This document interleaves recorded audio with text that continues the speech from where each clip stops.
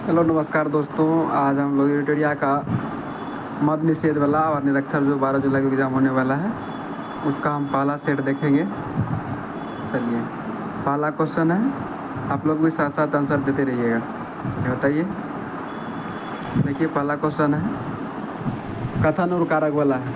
प्रथम 4 विषम संख्याओं का योग 4 का स्क्वायर बराबर होता है। तो हम लोग देखते हैं प्रथम 4 संख्या कौन कौन है। 1 + 3 + 5 + 7 कितना हो गया, 7 3 10 5 15 1 16 और 4 का स्क्वायर बराबर 16। पहला क्या है, कथन सही है। तो अब हम दूसरा और कारण देखते हैं। कारण क्या है, प्रथम 25 सम संख्याओं का योग 650 होता है कि नहीं, हम लोग वो देखते हैं। प्रथम 25 पहला सम संख्याओं का योग बराबर फार्मूला होता है, क्या होता है फार्मूला, n × n + 1। n का मान कितना है, 25 है। 25 मल्टीपल 25 + 1 26, 25 × 26 और कितना होता है 650, 650 होता है। इसका मतलब दोनों सही है। और हम याद रखेंगे ये जो है ना कथन और कारक, मतलब कथन और कारक दोनों सही है लेकिन दोनों का स्पष्टीकरण नहीं है क्योंकि वो अलग है और ये अलग है। तो इसका आंसर क्या हो जाएगा, 2 नंबर आंसर क्या हो जाएगा, ए और आर दोनों सही है परंतु आर ए का सही स्पष्टीकरण नहीं दे रहा है। चलिए हम दूसरा देखते हैं। दूसरा क्वेश्चन क्या कह रहा है, दूसरा क्वेश्चन कह रहा है ज्वालामुखी पर्वत दिया हुआ है और अवस्थित दिया हुआ है, जो कौन कहाँ कहाँ है। तो देखते हैं, पहला है विसुवियस फिलीपींस, नहीं है। फुजियामा कहाँ है, जापान में, ठीक है। फुजियामा कहाँ है, जापान में। और कोटोपेक्सी कहाँ है, इक्वाडोर में। और कोलिमा कहाँ है, मैक्सिको में। और विसुवियस फिलीपींस में ना होकर कहाँ है, इटली में है। कहाँ है, इटली में। इसका आंसर क्या हो जाएगा, 1 नंबर आंसर हो जाएगा, ठीक है। चलिए हम देखते हैं तीसरा नंबर क्वेश्चन। तीसरा नंबर क्वेश्चन क्या कह रहा है, सुमेलित कीजिए। कौन सा सुमेलित नहीं है, नागरहोल। पहले देखते हैं वायनाड। वायनाड कहाँ है, तेलंगाना में नहीं है। ये कहाँ है, केरल में है। कहाँ है, केरल में। नागरहोल कहाँ है, कर्नाटक, ठीक है। सतमंगलम बाघ रिजर्व क्षेत्र कहाँ है, तमिलनाडु में भी सही है। पापीकोंडा आंध्र प्रदेश। इसका आंसर क्या हो जाएगा, वायनाड तेलंगाना में नहीं, कहाँ है, केरल में है। चलिए हम अगला क्वेश्चन देखते हैं। अगला क्वेश्चन कह रहा है मोहगनी और रोजवुड किस प्रकार के वनों में पाया जाने वाला वृक्ष है।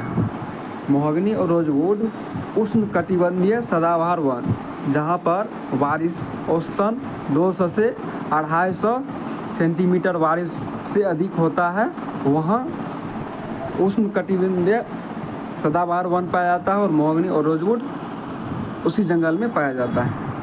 चलिए पाँचवा देखते हैं हम, भारत के लौह अयस्क क्षेत्रों में कौन सा विकल्प सुमेलित नहीं है।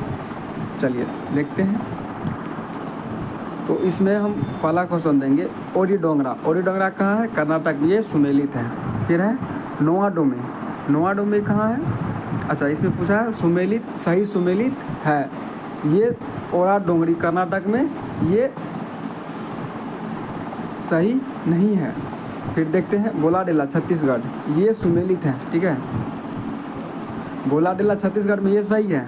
और नुआ मुंगडी जो है ये झारखंड में है। और गुरु महसानी यह कहाँ है, ओडिशा में है। और ओंडो डोंगरी और बोमीडेला दोनों कहाँ है, छत्तीसगढ़ में, कर्नाटक में नहीं है। ये भी कहाँ है, छत्तीसगढ़ में है। चलिए हम देखते हैं छठा क्वेश्चन। छठा क्वेश्चन क्या कर रहा है, पनामा नहर। पनामा नहर अटलांटिक महासागर को प्रशांत महासागर को जोड़ता है, बिल्कुल सही बात है। सुएज नहर लाल सागर और भूमध्य सागर को जोड़ता है, ये भी सही बात है। कील नहर बाल्टिक सागर और उत्तरी सागर को जोड़ता है, ये तीनों सही है, ठीक है। तीनों का तीनों सही है। चलिए अगला देखते हैं क्वेश्चन। कह रहा है उष्णकटिबंधीय चक्रवात के बनने के संबंध में कौन सा कारक सही नहीं है। पहला कारक क्या है, समुद्र का तापमान 27 डिग्री सेल्सियस से अधिक होना चाहिए, बिल्कुल सही बात है, तभी जाके बनेगा। फिर तीसरा है समुद्र के ऊपर वायुमंडल में उच्च आर्द्रता अंश होना चाहिए, ये भी सही बात है। गति अथवा ऊंचाई के साथ दिशा में अत्यल्प परिवर्तन के साथ छिन्न वायु आवश्यक है, ये भी सही है। गलत कौन है, बी नंबर। क्योंकि उष्णकटिबंधीय चक्रवात निम्न अक्षांश में भूमध्य सागर के 5 डिग्री अक्षांश के भीतर नहीं, ऊपर 5 डिग्री से 30 डिग्री नॉर्थ अक्षांश या साउथ अक्षांश में होना चाहिए, तब जाके वहाँ बनेगा चक्रवात। ठीक है, अगला क्वेश्चन देखते हैं। जे मंडल रिजर्व शब्द का प्रयोग सर्वप्रथम किसने किया था? जे मंडल रिजर्व का सर्वप्रथम किसने किया था प्रयोग? Edward Swiss. कौन किया था? एडवर्ड स्विस किया था। 2011 की जनगणना संख्या घनत्व के आधार पर बढ़ते हुए क्रम राज्यों को व्यवस्थित करें। तो सबसे पहले हम कौन का लेंगे? पहले देखिए, अरुणाचल प्रदेश का 70 प्रति व्यक्ति पर 1000 वर्ग किलोमीटर है। ठीक है, फिर मिजोरम 17, फिर मिजोरम का है 52, कितना है 52, और सिक्किम का कितना है 86 प्रति व्यक्ति पर वर्ग किलोमीटर, और नागालैंड का कहाँ कितना है 119 व्यक्ति पर वर्ग किलोमीटर है। तो हम लोग जाएंगे ऑप्शन से, तो देखते हैं। तो पहला क्या हो जाएगा? पहले हो जाएगा 2, फिर 1, और फिर 3, और फिर 4। आंसर नंबर 3 सही होगा। सही है। कितने भारतीय राज्य सीमा रेखा भूमध्य मतलब लैंडलॉक है जिनका कोई अंतर्राष्ट्रीय सीमा नहीं है? कितना है राज्य? ये 5 है। पहला है हरियाणा, दूसरा है मध्य प्रदेश, तीसरा है तेलंगाना, चौथा है झारखंड, और पाँचवा है छत्तीसगढ़। ठीक है, तो 5 राज्य ऐसा है जो लैंडलॉक है। 11वां क्वेश्चन हम देखते हैं। शिशु मृत्यु दर क्या होता है? शिशु मृत्यु दर होता है हर 1000 जीवित जन्मों में से पहले जन्मदिन से पहले मरने वाले बच्चों का जनसंख्या का अनुपात होता है। आंसर नंबर 20 सही होगा। ठीक है, तो देखते हैं। विश्व का सबसे शुष्क रेगिस्तान कौन सा है? आटाकामा। आटाकामा कहाँ है? दक्षिण अमेरिका के चिली नॉर्थ में है। आटाकामा मरुस्थल जो सूक्ष्म विश्व का सबसे सूक्ष्म रेगिस्तान माना जाता है। सूक्ष्म रेगिस्तान मतलब क्या होता है? रेगिस्तान का अर्थ सीधा सा है जहाँ 25 डिग्री सेंटीमीटर से कम बारिश हो वो रेगिस्तान कहलाता है। चलिए 13 नंबर देखिए आंसर। राष्ट्रीय उद्यान वन्यजीव अभयारण्य कौन सा बिहार में है? तो वाल्मीकि राष्ट्रीय उद्यान कहाँ है? पश्चिम चंपारण। बिहार के कौन सा जिला में है? पश्चिम चंपारण। और भीमबांध वन्यजीव अभयारण्य बिहार के मुंगेर जिला में स्थित है। और दुधवा राष्ट्रीय उद्यान कहाँ है? यूपी में है। ठीक है, और गजनेर वन्यजीव अभयारण्य कहाँ है? ये राजस्थान में है। ये राजस्थान में है। तो आप बिहार का पूछ रहा है, बिहार में कौन सा है? तो पहला और चौथा है। पहला और चौथा कहाँ है? बिहार में है। कथन और कारक दिया हुआ है। पृथ्वी के आकार को भूभाग ज्योड कहा जाता है। बिल्कुल सही बात है। क्या कहता है? ज्योड कहा जाता है। पृथ्वी ध्रुव के निकट गोलाकार है? नहीं, ये गलत बात है। कथन ये सही है और कारण 2 गलत है। आंसर नंबर क्या हो जाएगा? 3 हो जाएगा। चलिए 1857 के विद्रोह के दौरान बहादुर शाह ने किसे साहब एक कलाम बहादुर का किताब दिया था? किसको दिया था? बख्त खान को दिया था। बख्त खान को दिया गया था। 16 नंबर क्वेश्चन देखिए, कह रहा है महात्मा गांधी की पुस्तक हिंद स्वराज किस वर्ष लिखी गई थी? हिंद स्वराज 1919 में लिखा गया था। कब लिखा गया था? 1919 में लिखा गया था। महात्मा गांधी द्वारा 1940 में प्रारंभ में किए गए व्यक्तिगत सत्याग्रह के तीसरे सत्याग्रही कौन थे? पहला सत्याग्रही विनोबा भावे, दूसरा सत्याग्रही जवाहरलाल नेहरू, और तीसरा कौन था? तो ब्रह्मदत्त था। तीसरा ब्रह्मदत्त। तो आंसर नंबर 4 सही हो गया। चलिए बताइए। सविनय अवज्ञा आंदोलन को वापस लेते हुए गांधी जी ने इवड़ीन के साथ कब समझौते पर हस्ताक्षर किया था? तो 5 मार्च 1931 को समझौता पर हस्ताक्षर किया था। ठीक है, तो इसका आंसर नंबर बी हो जाएगा। ठीक है, 19 नंबर क्वेश्चन। पूर्ण स्वराज की मांग को कांग्रेस के द्वारा औपचारिक रूप से किस अधिवेशन में मान लिया गया था? पूर्ण स्वराज लाहौर अधिवेशन 1929। इसका अध्यक्ष कौन था? जवाहरलाल नेहरू। जवाहरलाल नेहरू की अध्यक्षता में 1929 में लाहौर अधिवेशन में पूर्ण स्वराज को औपचारिक रूप से मान लिया गया था। और प्रथम बार 26 जनवरी 1930 को स्वतंत्रता दिवस के रूप में मनाया गया था। रूसी क्रांति के दौरान शांति, भूमि और रोटी का नारा किसने दिया था? ये नारा दिया था बेल्शविक। कौन नारा दिया था? बेल्शविक। लेकिन इसको फेमस किसने किया था, लोकप्रिय किसने बनाया था? तो लेनिन ने बनाया था। लेनिन ने बनाया था। लेनिन ने बनाया था। चलिए बताइए, निम्नलिखित संधियों को कालानुक्रम सजाए और दिए गए विकल्पों का सही उत्तर चयन करें। तो सलावाई की संधि कब हुआ था? सलावाई का संधि हुआ था, चलिए सलावाई का संधि हो गया 1700, इधर गया सलावाई का संधि 1782। कितना में? 1782 में।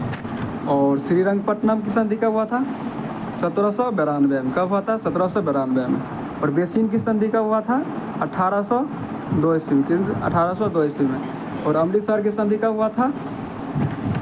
अमृतसर की संधि कब हुआ था? 1809 ईस्वी में। 1809 ईस्वी में। तो हम लोग पहले देखते हैं, पहले कौन है गया? 4 नंबर, क्योंकि 1782 4 3 2 1, आंसर नंबर 3 सही हो गया। निम्नलिखित में से कौन सा युग्म सुमेलित नहीं है? सुभाष चंद्र बोस इंडियन स्ट्रगल सही है। सचिंद्रनाथ सन्याल बंदी जीवन सही है। Doctor Rajendra Prasad Indian divider ये भी सही है। भगत सिंह ये नहीं लिखा था। The Indian socialist Bhagat Singh द्वारा नहीं लिखा गया था। किसके द्वारा लिखा गया था? श्यामा कृष्ण वर्मा जी द्वारा लिखा गया था। श्यामा कृष्ण वर्मा जी द्वारा लिखा गया था। वर्मा जी द्वारा लिखा गया था।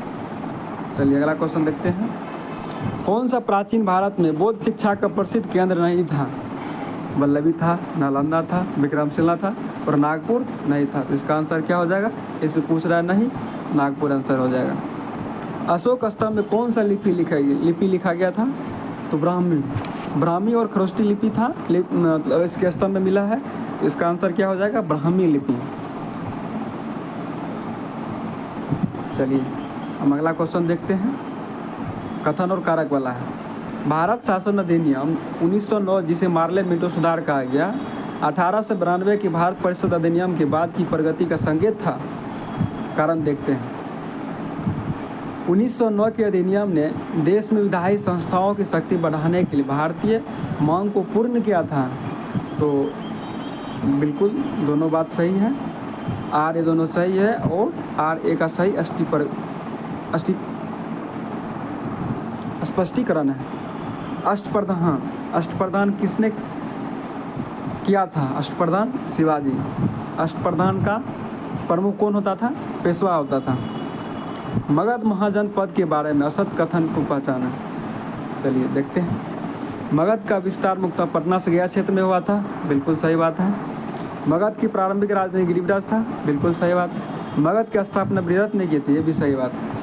मगध महाजनपद की वर्णन सर्वप्रथम ऋग्वेद में नहीं मिलता है, अथर्ववेद मिलता है। कहाँ मिलता है? अथर्ववेद मिलता है। निम्नलिखित अभिलेखों में से किसमें सती प्रथा का प्राचीनतम उल्लेख मिलता है? प्राचीनतम उल्लेख किसमें मिलता है? भानुगुप्त का एरन अभिलेख। भानुगुप्त का एरन अभिलेख में सती प्रथा का प्राचीनतम उल्लेख मिलता है। किस आईआईटी द्वारा मिट्टी में मौजूद विषैले प्रदूषकों को खत्म करने के लिए बैक्टीरिया विकसित किया है? कौन सा आईआईटी किया है? आईआईटी बम्बई ने किया है। भुवनेश्वर में आयोजित 18वें प्रवासी भारतीय दिवस का थीम क्या था? इसका थीम था विकसित भारत में प्रवासी भारतीयों का योगदान। विकसित भारत में प्रवासी भारतीयों का योगदान। चलिए मिलाते हैं। भागीदार देश है और सैन्य अभ्यास। मित्र शक्ति किसके बीच होता है? भारत और श्रीलंका के बीच। ठीक है। सूर्य किरण नेपाल और भारत के बीच होता है। भारत और संप्रीति अभ्यास भारत और म्यांमार के बीच। इम्बैक्स अभ्यास और भारत और बांग्लादेश। चलिए इसका आंसर क्या हो जाएगा? 1 का 3 और 2 का 1।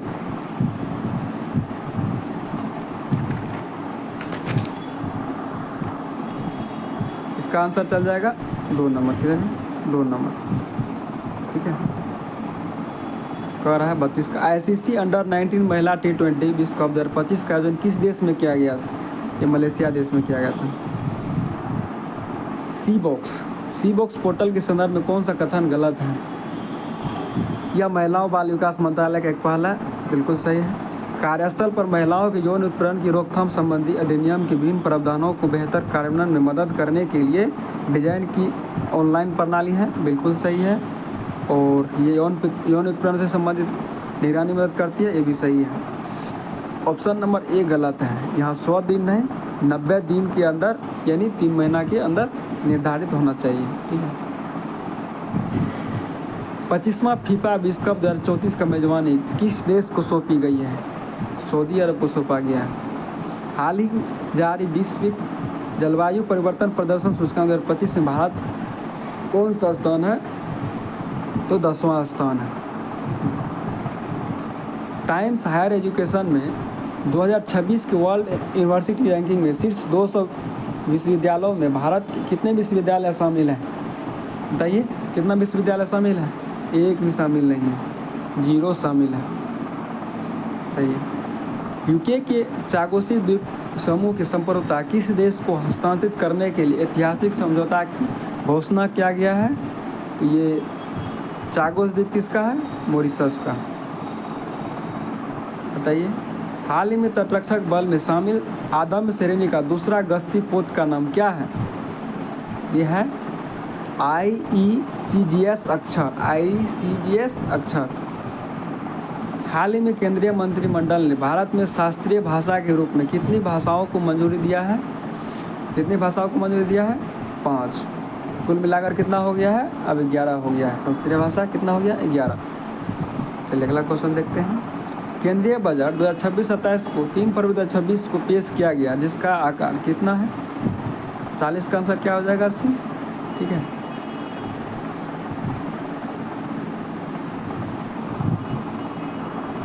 बिजनेस टाइकून का रतन टाटा के संदर्भ में कौन सा कथन सही है? 41 का क्या है? कौन सही है? 2008 में पद्म भूषण सम्मानित किया गया, बिल्कुल सही है। 2014 में Knight Grand Cross of the Order of the British Empire से सम्मानित किया गया, बिल्कुल सही है। 2019 भारत नहीं, ये क्वेश्चन गलत है। इसका आंसर क्या हो जाएगा? 1 और 3 सही है, बाद बाकी सब गलत है, 2 नंबर गलत है। 42 का जनवरी 2025 में भारत सरकार के सकल घरेलू उत्पाद GDP की गणना के लिए कौन सा आधार वर्ष अपनाने की घोषणा किया गया है? तो हम जानते हैं 22-23। कौन सा वर्ष क्या है? 22-23 आधार वर्ष घोषित किया है। हाल ही में सुरेगु इशिवा के त्यागपत्र के बाद जापान की पहली महिला प्रधानमंत्री के रूप में कौन सा पद लिया है? तो हम लोग जानते हैं साइना तकाइची। लोकसभा अध्यक्ष ओम बिरला ने संसद में कितनी नई भाषाओं में अनुवाद सेवाओं का विस्तार घोषणा किया है? 2025 में किया है, तो बताइए क्या आंसर हो जाएगा? 6 भाषा को दिया उन्होंने। कितना भाषा? 6 भाषा। 45 वर्ष 2025 में चिकित्सा का नोबेल पुरस्कार किसे नहीं दिया गया है? तो चिकित्सा में 3 को दिया गया है। किसको दिया गया है?